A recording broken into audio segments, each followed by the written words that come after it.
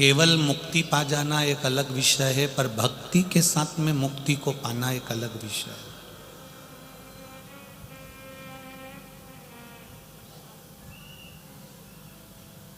जब हम भक्ति में डूबते हैं और भक्ति में डूबकर अपने मार्ग को प्रशस्त कर कर मुक्ति के पथ पर जाते हैं, तो फिर हमारा जन्म नहीं होता, हमारा मोक्ष हो जाता है। फिर जन्म के चक्कर में हम नहीं। जगत गुरु शंकराचार्य जी जो स्वयं शिव के अवतार हैं, यहाँ पर संत वृंद भी बैठे हुए हैं। जगत गुरु शंकराचार्य जी जो स्वयं शिव के अवतार हैं, शंकर जी के अवतार हैं, और उनके स्थान पर चारों पीठों पर जो भी जगत गुरु शंकराचार्य जी विराजमान हैं, वो भी शंकर के ही एक अवतार हैं, शिव का ही एक स्वरूप है।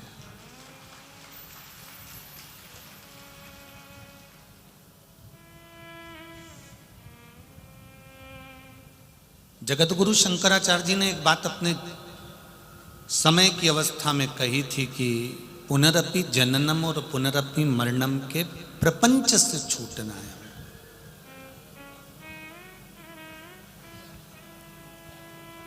जन्म और मृत्यु का जो प्रपंच होता है, बार बार जन्म ले लेना, बार बार मर जाना, फिर जन्म ले लेना, फिर मर जाना, इससे हमें मुक्त होना।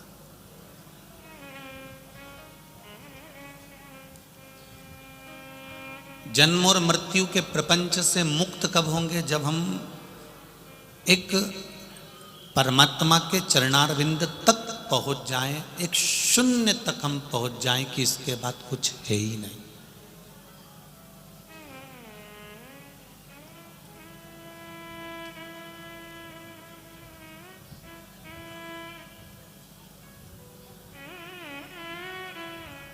जिस दिन आप शून्य पर पहुंच गए कि इसके बाद कुछ भी नहीं है,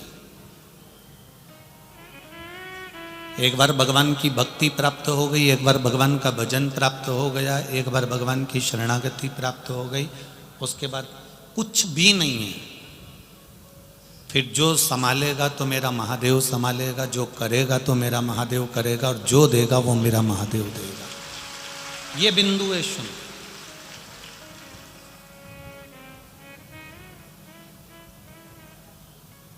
कोई जलगांव से आया है, कोई धूलिया से आया है, कोई नासिक से आया है, कोई कहीं से, कोई कहीं से, औरंगाबाद, कोई पैठन, कोई नांदेड़।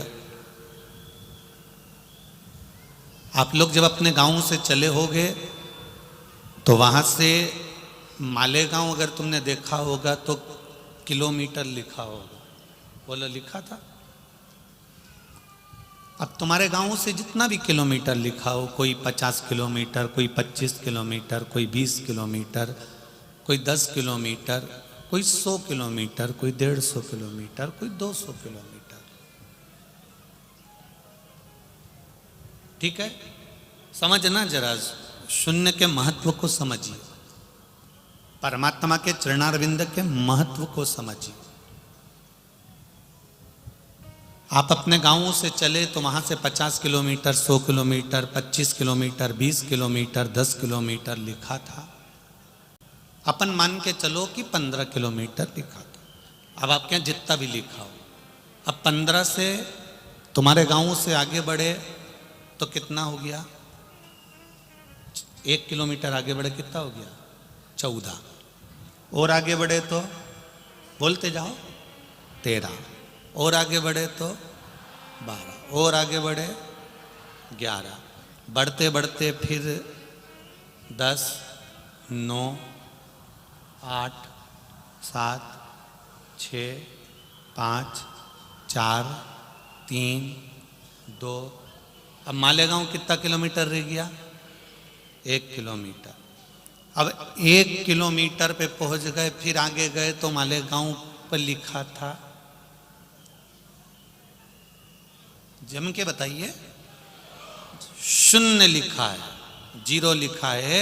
मतलब तुम मालेगांव पहुंच गए हो, अब मालेगांव के अंदर पहुंच गए हो, अब तुम्हें इससे आगे कहीं नहीं जाना है, तुम मालेगांव के अंदर पहुंच गए। उसी तरह बचपन, जवानी, अधेड़ी, बुढ़ापा से चलते चलते चलते चलते चलते चलते जब तुम भगवान देव अधिदेव महादेव के नज़दीक पहुंच जाओ और तुम्हारा मन देव अधिदेव महादेव में लग जाए, तो समझ लेना कि अब तुम वहां तक पहुंच चुके हो जहां तुम्हें जाना था। अपनी मंजिल तक आ गए तो शून्य हो गया। अब तुम्हें कुछ अच्छा लगता ही नहीं है। अब तुम टीवी भी चालू करते हो तो तुम्हें कथा किसी में अच्छा लगता ही नहीं है। क्या देखना, मैंने देख ली, 2 बजे से 5 बजे तक कथा आती है, मैं देख लेती हूँ बस। और अगर कथा टीवी पे नहीं सुन पाते हो तो मोबाइल पर सुनते हो। मतलब तुम्हें कुछ भी अच्छा नहीं लग रहा। मतलब अब तुम मालेगांव पहुंच चुके हो, मतलब तुम अब शंकर के हो चुके हो। तुम्हें कोई ज्यादा ज्ञान भी देता है तो तुमको ठीक नहीं लगता, कोई तुमको बहुत सारी बातें भी बताता है तो तुमको ठीक नहीं लगता। तुम्हें केवल एक ही बात आती है कि सारी समस्या का हल एक लोटा जल, इसके सिवाय तुम्हें कुछ नहीं आता। हम ना तो पढ़े हैं, ना हम लिखे हैं, ना हम कुछ जानते हैं, ना हम में विद्वत्ता है। हम तो केवल इतना जानते हैं कि वो महादेव हमारा है और हम महादेव के हैं, बस शून्य प्राप्त हो गया। अब उस शून्य पर हम पहुंच गए कि इसके बाद में कुछ भी नहीं है, कुछ भी नहीं।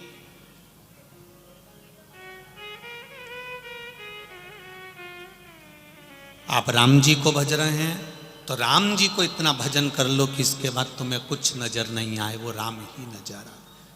आप कृष्ण को भज रहे हैं तो कृष्ण ही नजर आए। आप दत्त को भज रहे हैं तो मेरा दत्तात्रेय भगवान ही नजर आए। आप स्वामी समर्थ जी को भज रहे हैं तो मेरा स्वामी समर्थ ही नजर आए। आप एकनाथ जी को भज रहे हैं तो मेरा एकनाथ जी ही नजर आए। आपकी दृष्टि में जो समाया है वो आपको नजर आना चाहिए। इसके बाद कहीं कुछ दिखे ही नहीं रहा, कुछ भी नहीं।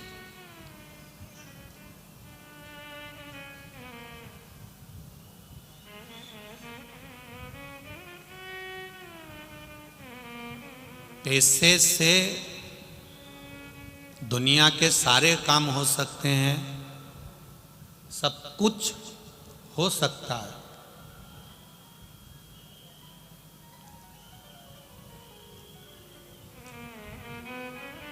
पैसे से सुंदरता भी बिक सकती है।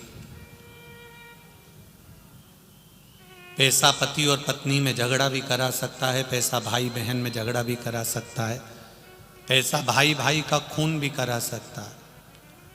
पैसा एक तुम्हारे धन वैभव को भी बढ़ा सकता है, सब कुछ कर सकता है।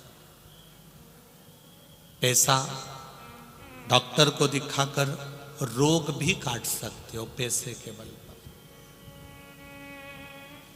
पैसे के बल पर तुम किसी भिखारी को देकर अपने दरवाजे से भेज भी सकते हो।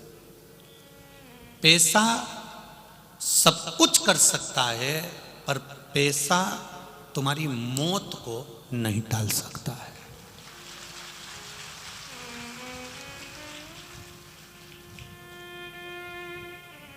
मौत पैसे से कभी नहीं टलती, मौत महाकाल के नाम से टल जाती है। अकाल मृत्यु वो मरे जो काम करे चंडाल का, और काल उसका क्या बिगाड़े जो भक्त हो महाकाल का। पैसे से तुम दुनिया का सारा सुख खरीद सकते हो, पैसे से आप सारा वैभव खरीद सकते हो, पैसे से कुर्सी भी खरीद सकते हो, पैसे से आप राजसी सत्ता भी बना सकते हो, पैसे से बेटा बेटी को ब्याह भी कर सकते हो, पैसे से भोजन भी ला सकते हो, पैसे से दुनिया की सब चीज खरीद सकते हो, सुंदरता भी खरीद सकते हो, मल्टी गाड़ी, जहाज, हवाई जहाज, पैसे से उड़ भी सकते हो, पैसे से पानी में चल भी सकते हो, पर पैसे से तुम मौत नहीं खरीद सकते कि मैं नहीं मरूंगा, ये 2 लाख रुपए ले और मेरी जगह दूसरे को ले जा। ये कभी नहीं हो सकता। पैसा दुनिया का सुख दे सकता है, पर पैसा मौत नहीं खरीद सकता। फिर जब मौत की घड़ी आती है, मृत्यु का जब समय आता है, पैसा लगाने वाला पैसा लगाता है, परिवार वाले सेवा करते हैं, तब उस जगह पर अलमारी में रखा हुआ धन काम नहीं आता। उस समय तुमने जो पुण्य करा होता है, तुमने जो सत्कर्म करा होता है, किसी भूखे को भोजन कराया, किसी प्यासे को पानी पिलाया, किसी की सेवा करी होती है, फिर वो तुम्हारा करा हुआ पुण्य उस वेंटिलेटर पर काम आता है और तुमको बचा कर लिया आता है। वो पुण्य वहां काम आए।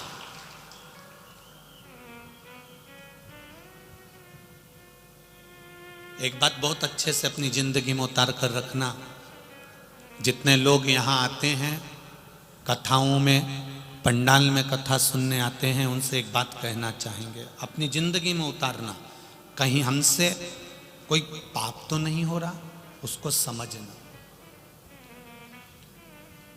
महेश्वरी समाज ने, अग्रवाल समाज ने, सेन समाज ने, धोबी समाज ने, पाटीदार समाज ने, कहीं पाटिल समाज ने, सबने खूब भंडारे चलाए।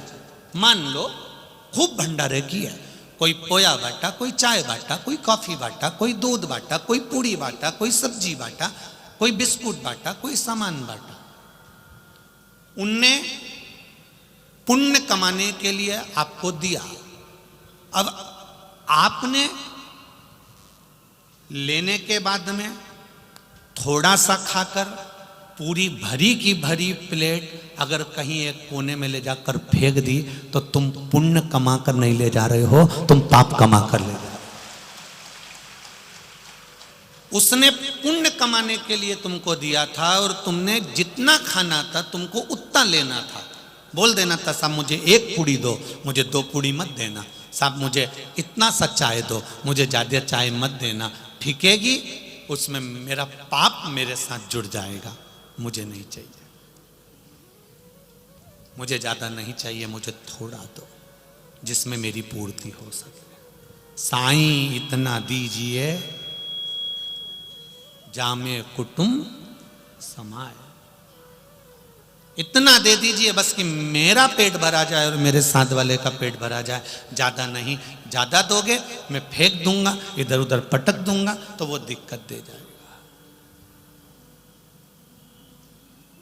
हम शिव कथा सुन रहे हैं और अन्नपूर्णा महारानी का अपमान कर दें, तो शिव की कथा का कोई लाभ होगा क्या? बोलो, जम के बोलो जरा। नहीं होगा। खिलाने वाला खूब खिलाया। मैं मालेगांव की इस पावन धरा को नमन करता हूं और यहां के लोगों को नमन करता हूं, खूब खिलाया।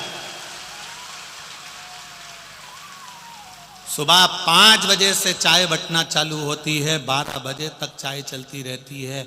नाश्ता क्या, भोजन क्या, खिचड़ी क्या, बिस्कुट क्या, टॉफी क्या, फ्रूटी क्या, पानी की बोतल क्या, पानी के पाउच क्या, कोल्ड ड्रिंक क्या। ये भी जाने दो, जिन जिन के पास झोले नहीं थे तो झोले भी झोले भी गाड़ी भर भर कर लेकर आ रहे, झोले बांट दिए। जिनके पास कम्बल नहीं, क्या क्या नहीं दिया मालेगांव वालों ने। धन्य है, धन्य धन्य। खूब लुटाया, खूब जितना बन सकता था। और रात्रि को सोते सोते सोते सोते तो मालूम पड़े कि दूध की व्यवस्था कर दी। आधी रात को सबको जगह जगह कर केसर का दूध पिला रहे हैं।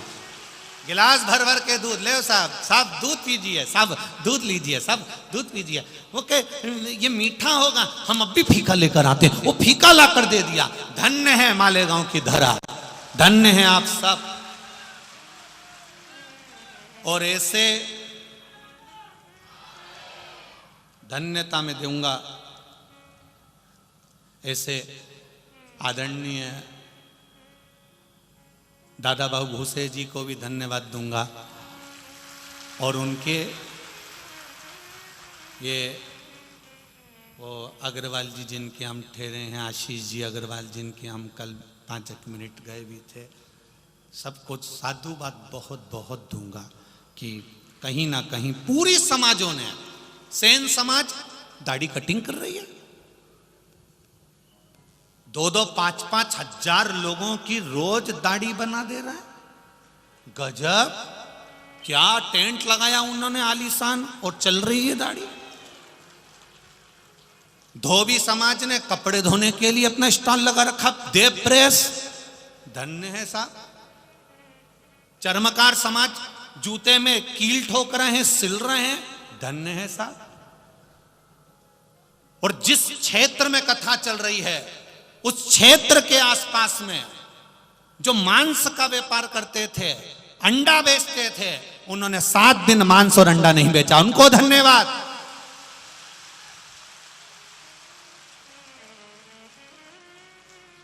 उनको नमन करता हूं, मैं प्रणाम करता हूं, आपकी भक्ति को नमन करता हूं, जिनने अपना व्यापार छोड़कर कथा का रस तत्व ग्रहण करा।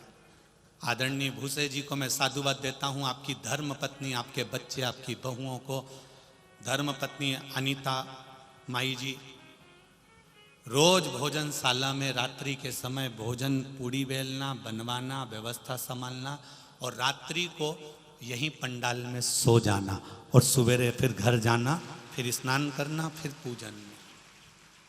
और इनके पुत्र आविष्कार, उसको भी मैं साधुवाद देना चाहूंगा। रात रात भर लगा रहता है और रात को यहीं कुर्सी पर सो जाता है, सुबह फिर चले जाता है। साधुवाद था।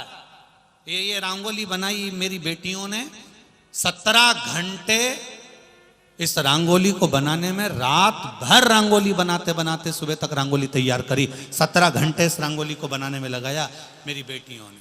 17 घंटे लगातार रंगोली में लगे रही मेरी बेटियां, 17 घंटे।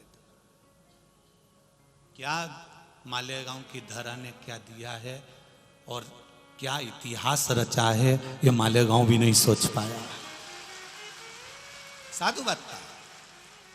और प्रशासन, पुलिस प्रशासन हो, यहाँ के कलेक्टर, एसपी, डीएसपी, एसडीएम जो भी हैं, इन सबको बहुत बहुत साधुवाद। क्या सुंदर व्यवस्था पूरी पुलिस प्रशासन ने संभाली है, बहुत बहुत साधुवाद। चाहे वो नगर निगम हो, नगर पालिका हो, जो भी हो यहाँ का, बहुत साधुवाद। आपका प्रेम इस कथा में पूरे मालेगांव के लोगों का प्रेम दिखा है और प्रेम परोसा गया है, प्रेम ही परोसा, धन मूल नहीं। और यही तो पुण्य की बात है। जितने लोग इस पंडालों के अंदर बैठे हुए हैं उतने पंडालों के चारों तरफ खड़े हुए हैं, जितने खड़े हैं उससे दुगने रोड पर बैठे हुए हैं, चारों तरफ इस ग्राउंड की रोड पर चारों तरफ बैठे हैं। ये इतना प्रेम और इतनी वात्सल्यता शिव के प्रति आपकी है तो क्या शंकर भगवान की आपके प्रति नहीं होगी? वो भी तो कृपा सागर है, वो भी तो करुणा सागर है। उसकी दया, उसकी करुणा, उसकी वात्सल्यता हमारे साथ, सुखता, एक आनंदता, एक आनंद की अनुभूति है। छोटी से छोटी समाज से लेकर बड़ी से बड़ी समाज चाहे तक पहुंच गए हो। घर से चले थे 50 था, चले 15 था, फिर आए 10 हो गया, 9 हो गया, घटते घटते 0 पर आ गया। जब हमारा जन्म हुआ था तब हम कहीं और भटक रहे थे, फिर जवानी आई और भटके, जवानी के बाद अधेड़ी आई और भटके, बुढ़ापा आया, फिर एक जगह जाकर कुर्सी पर बैठ गए। उसी तरह समय का जो चक्र होता है ये हमको भटकाता रहता है। शिव महापुराण की कथा आपको कभी भटकने नहीं देगी। शिव महापुराण की कथा आपको एक स्थिरता प्रदान कर देती है कि अब आप भगवान के चरणों में पहुंच चुके हो, 0 पर आकर बैठ गए हो, अब कहीं नहीं जाना, वो भोलेनाथ समान। क्यों पहनते हैं हम रुद्राक्ष? क्यों रुद्राक्ष को हम पहनते हैं? क्या देता है रुद्राक्ष हमको? 3 चीजें रुद्राक्ष प्रदान करता है। जब हम लाल धागे में रुद्राक्ष को पहनते हैं, कई लोग कहते हैं गुरुजी रुद्राक्ष पहनो तो गुरु मंत्र लेना पड़ता है, गुरु दीक्षा लेना पड़ती है। हम कहते हैं तुम्हें रुद्राक्ष मिल जाए और तुमने गले में पहन लिया तो श्री शिवाय नमस्तुभ्यम बोल के भी पहन लिया तो समझ लेना शंकर जी ने गुरु मंत्र दे दिया और शिव ने स्वीकार कर लिया। जाओ गुरु की शरणागति में, मना नहीं है। गुरु के पास जाओ, उसके पास बैठो, नमन करो, उनसे गुरु दीक्षा का भाव लीजिए, अपना सामर्थ्यता के अनुसार गुरु को कुछ दीजिए। जीवन शरीर दिया है, जब तक बन सके तब तक गुरु को दो, मना नहीं। रुद्राक्ष 3 चीजें प्रदान कर रहा है। एक, उत्तम स्वास्थ्य। गले में रुद्राक्ष पड़ा हुआ है, हार्ट कभी कमजोर नहीं होगा, हार्ट चलता रहेगा। एक प्रयास करना। एक बेलपत्री शिव पर चढ़ी हुई और उसका फल कितना होता है, उसका बल, उसकी भक्ति, उसका विश्वास। ब्रह्मा विष्णु महेश 64 योगनियां 33 कोटि देवी देवता एक बेलपत्री में होते हैं। और वो बेलपत्री हम हमारे साथ में क्यों रखते हैं? उत्तम फल के लिए, उत्तम सुख के लिए।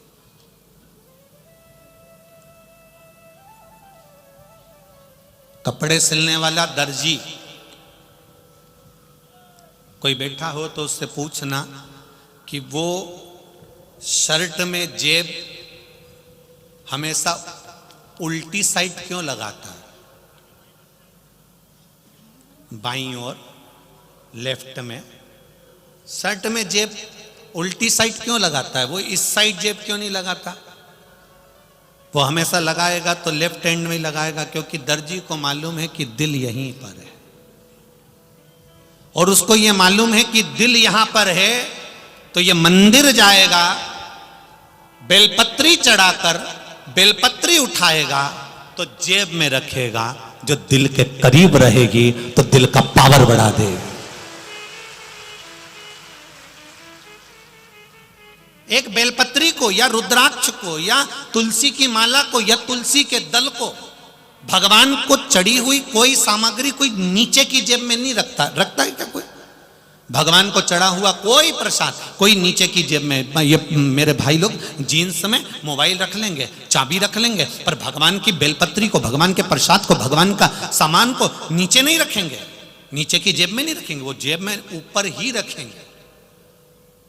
उसी तरह दर्जी को मालूम है कि दिल लेफ्ट में होता है, इसलिए उसने जेब भी लेफ्ट में लगाई कि भगवान का चढ़ा हुआ सामान, भगवान का प्रसाद, भगवान की सामग्री जब लेफ्ट की जेब में ये रखेगा तो थोड़ी देर दिल के पास में रहेगी तो ये दिल को स्वस्थ बना देगी, ये बीमार नहीं पड़ने देगी, ये निश्चित इसको ब्लॉक नहीं होने देगी।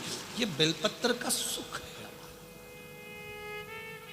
एक रुद्राक्ष के 3 गुण बड़े विशिष्ट हैं। पहला, आरोग्यता देता है। दूसरा, हमारा विल पावर मजबूत कर देता है। हम जब भटकते हैं तो हमारे बल को एक जैसा कर देता है, एक जगह स्थिर कर देता है। जब आप कोई निर्णय नहीं ले पा रहे हो, 4-5 निर्णय में से एक निर्णय लेना है, तो रुद्राक्ष का जल शिव जी को चढ़ाकर थोड़ी देर पीकर श्री शिवाय नमस्तुभ्यम का जाप करना प्रारंभ करो। पंचाक्षर मंत्र नमः शिवाय बोलो, षडाक्षर मंत्र ओम नमः शिवाय बोलो, या जो मंत्र आप जपते हो, राम कृष्ण जो जपते हो उसका स्मरण करो। थोड़ी देर में आपका मन स्थिर हो जाएगा और एक जगह का निर्णय पूरा करा देगा। रुद्राक्ष हमें स्थिरता प्रदान करता है, आरोग्य दे रहा है, स्थिरता दे रहा है, और रुद्राक्ष हमको विल पावर दे रहा है, बल दे रहा है, सुख दे रहा है।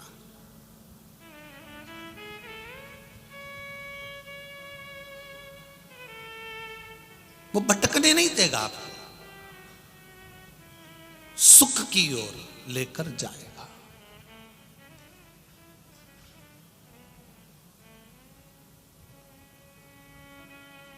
बस रुद्राक्ष की कोई कीमत नहीं होती।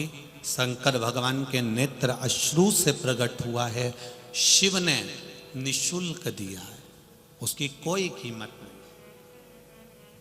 फ्री।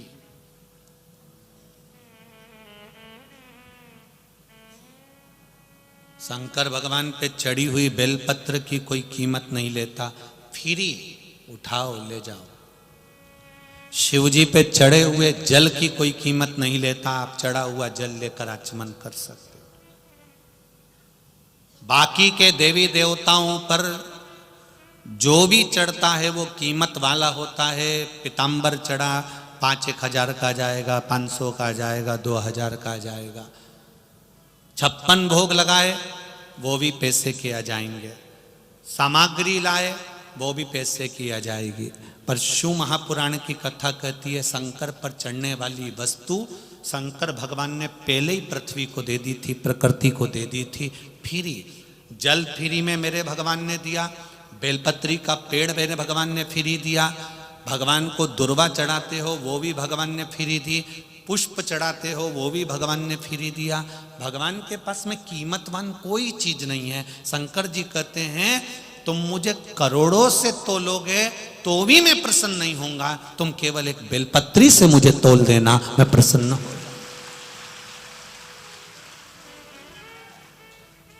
संपदा से परमात्मा कभी प्रसन्न नहीं हुआ, संपदा से भगवान कभी प्रसन्न नहीं होता।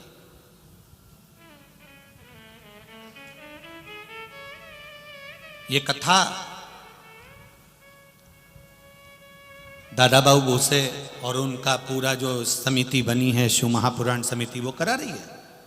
इसके बाद में जो छत्तीसगढ़ में कथा है 2 तारीख से नए वर्ष में 2000, ये दादा बाबू भूसे जी को कथा नहीं मिली थी, ईमानदारी की बात बता रहे हैं।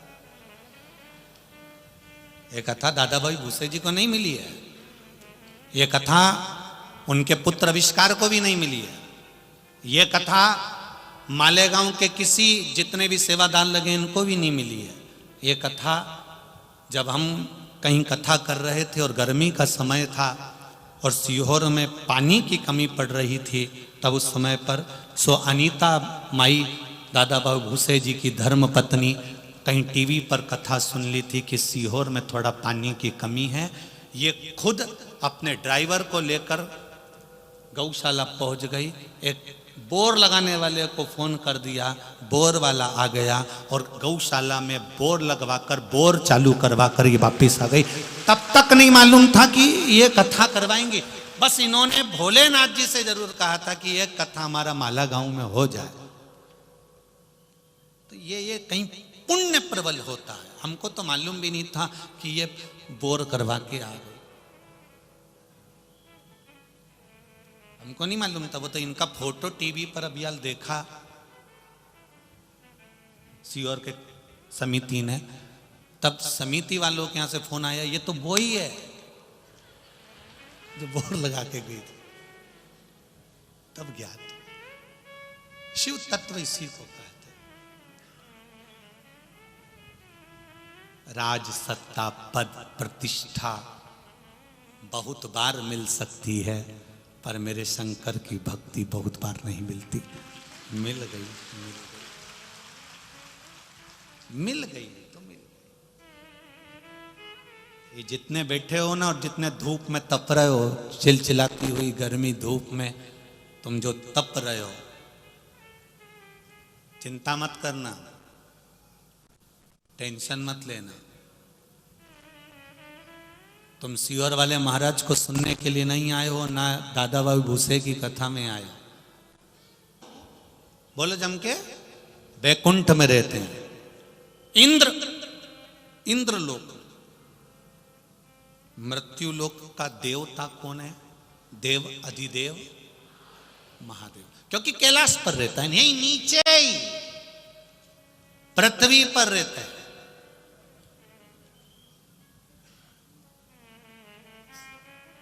हमने पहले भी कहा, एक बहू पूना मुंबई में रहती है और एक तुम्हारे पास में रहती है, तुमको तकलीफ होगी तो सबसे पहले कौन सी आएगी?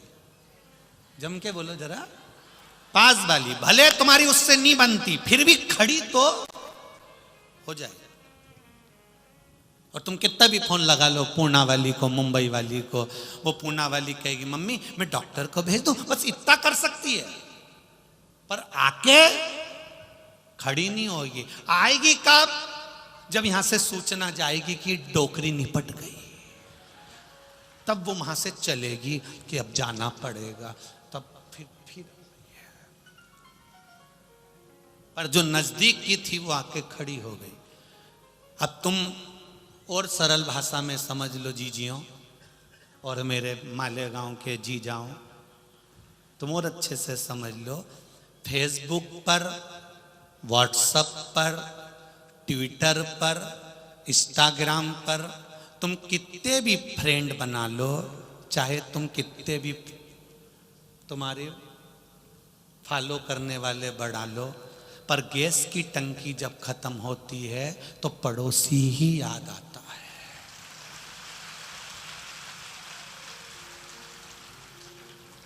फेसबुक वाले फ्रेंड याद आएंगे क्या? वो आके टंकी देंगे क्या? ट्विटर वाले आके टंकी देंगे क्या? इंस्टाग्राम वाले आके टंकी देंगे क्या? क्योंकि दूर के ढोल सुहावने हैं, पर गैस की टंकी खत्म हुई। फेसबुक, इंस्टाग्राम, ट्विटर, जितने फ्रेंड तुमने बनाए हैं मोबाइल पर, वो सारे फ्रेंड तुम्हारे फ्रेंड ही रहेंगे, पर जो पड़ोसी है, तुमने जाकर कहा काका जी टंकी है क्या? हाँ बेटा रखी, ले जा। काम कौन आया? वही पास वाला। उसी तरह तुम्हारी मर्जी पड़े जिसको भजो, पर अंत समय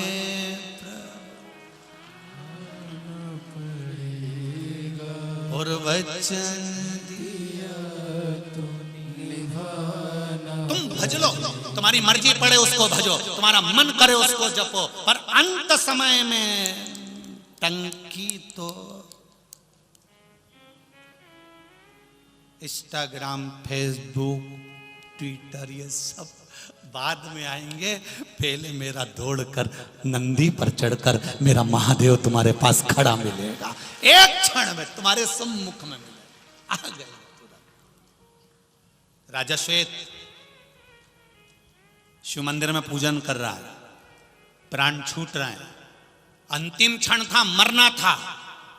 यमराज ने आकर अपने दूतों को कहा उठा लो। यमदूत उसको ले जाने लगे तो इतने में चित्रगुप्त महाराज कह रहे हैं रहने तो मंदिर में, नहीं नहीं उठाओ। राजा श्वेत का अंतिम समय चल रहा था। कार्तिकेय बाबा ने आकर राजे जितने यमदूत थे उनको भगा दिया मारकर, सब नीले पीले हो गए, सबको दोष दिया, खूब दोचा, खूब मारा। कोई की आंख बेकार हो गई, कोई का मुंडा बेकार हो गया, पूरा जितना मेकअप करके आए थे सब धुल गया, सब।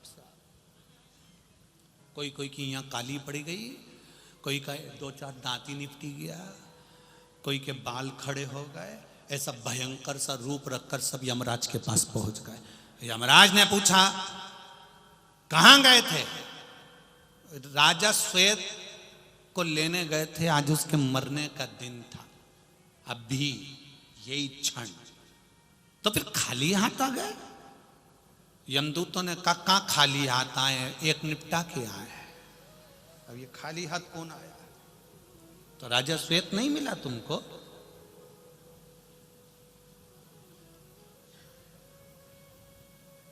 राजा श्वेत नहीं प्राप्त हुआ क्या तुमको?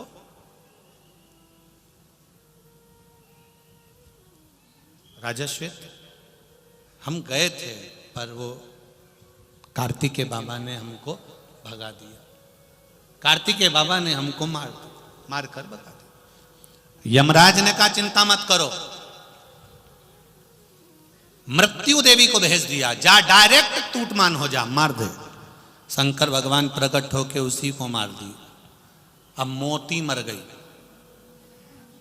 अब आए यमराज, उनको भी भगवान ने मार दिया। सूर्य नारायण भगवान की आंख में जल भर गया, मेरा बेटा चले गया, मेरी पोती चली गई। भगवान विष्णु को लेकर पधारे। भगवान नारायण ने पूछा, भोलेनाथ जी ये क्या करा आपने? यमराज को मार दिया, मृत्यु देवी को मार दिया। शंकर भगवान बोले भगवान विष्णु से, नारायण पहले एक बात बताइए, आपके घर में मालूम पड़े कोई सामान रखा है? अब समझना मेरी बहनों, माताओं, जीजियों, तुम्हारे घर में फ्रिज रखा है और कोई आया और तुम्हारा फ्रिज उठा के ले गया, तुम कुछ बोलोगी नहीं? अरे बोलो तो। तुम बैग लेकर आई हो, तुम्हारा बैग कोई उठा कर ले जाएगा, तुम बोलोगे नहीं क्या? बोलोगे ना। कहां ले जा रहा है? मेरा बैग है, रख यहां पर। भगवान शंकर ने कहा, नारायण बैकुंठ तुम्हारा है, ब्रह्मलोक ब्रह्मा का है, इंद्रलोक इंद्र का है। भगवान शंकर कहते हैं मृत्यु लोक मेरा है। मेरे घर में से किसको उठा कर ले जा रहा है, पहले मुझे बताना तो चाहिए। मेरे घर का फ्रिज उठा के ले जा रहा है और बताया तक नहीं, तो तुमने इनको मार क्यों दिया? बिना पूछे ले जा रहे थे तो उसके मरने का समय आ गया था। भगवान विष्णु ने कहा, शंकर भगवान बोले मैं नहीं जानता कि मरने का समय कब आया, पर वो मेरे पूजन कर रहा था, शिवलिंग पर जल चढ़ा रहा था, पूजन कर रहा था। फिर कहा शिवलिंग की पूजन नहीं कर रहा था, शिवलिंग के पास में पोछा लगा रहा था, झाड़ू लगा रहा था। शंकर जी ने कहा भले कुछ भी कर रहा था, पर मेरे मंदिर के अंदर तो था, मेरे सामने तो था। और ना जाने कितनों के चढ़े हुए जल जब भूमि पर गिर गया था, उसे फेर तो हाथ ही रहा था, स्पर्श तो कर रहा था। क्या चाहते हो? शंकर भगवान ने कहा एक ही चीज चाहता हूं, जब भी पृथ्वी पर किसी को उठाने आना, किसी को मृत्यु देना, तो पहले उठाने से पहले मुझसे पूछ लेना कि ले जाऊं, मैं क्यों ले जा, तो ले जाना। अगर शर्त मंजूर हो तो इसको जिंदा करूंगा, नहीं तो गया ही। सूर्य नारायण भगवान बोले आपकी मर्जी। यमराज को जिंदा कर दिया, मृत्यु देवी को जिंदा कर दिया। यमराज ने संकल्प ले लिया, मृत्यु लोक में जब भी आऊंगा, अगर कोई महाकाल का गुणगान कर रहा होगा, शिव की आराधना में डूबा हुआ होगा, तो उसके पास बाद में जाऊंगा, जब वो अनुष्ठान से, पूजन से, भजन से दूर हो जाए। एक संकल्प, अकाल मृत्यु वो मरे जो काम करे, चंडाल का काल उसका क्या बिगाड़े, जो भक्त हो महाकाल का। शिव आराधना में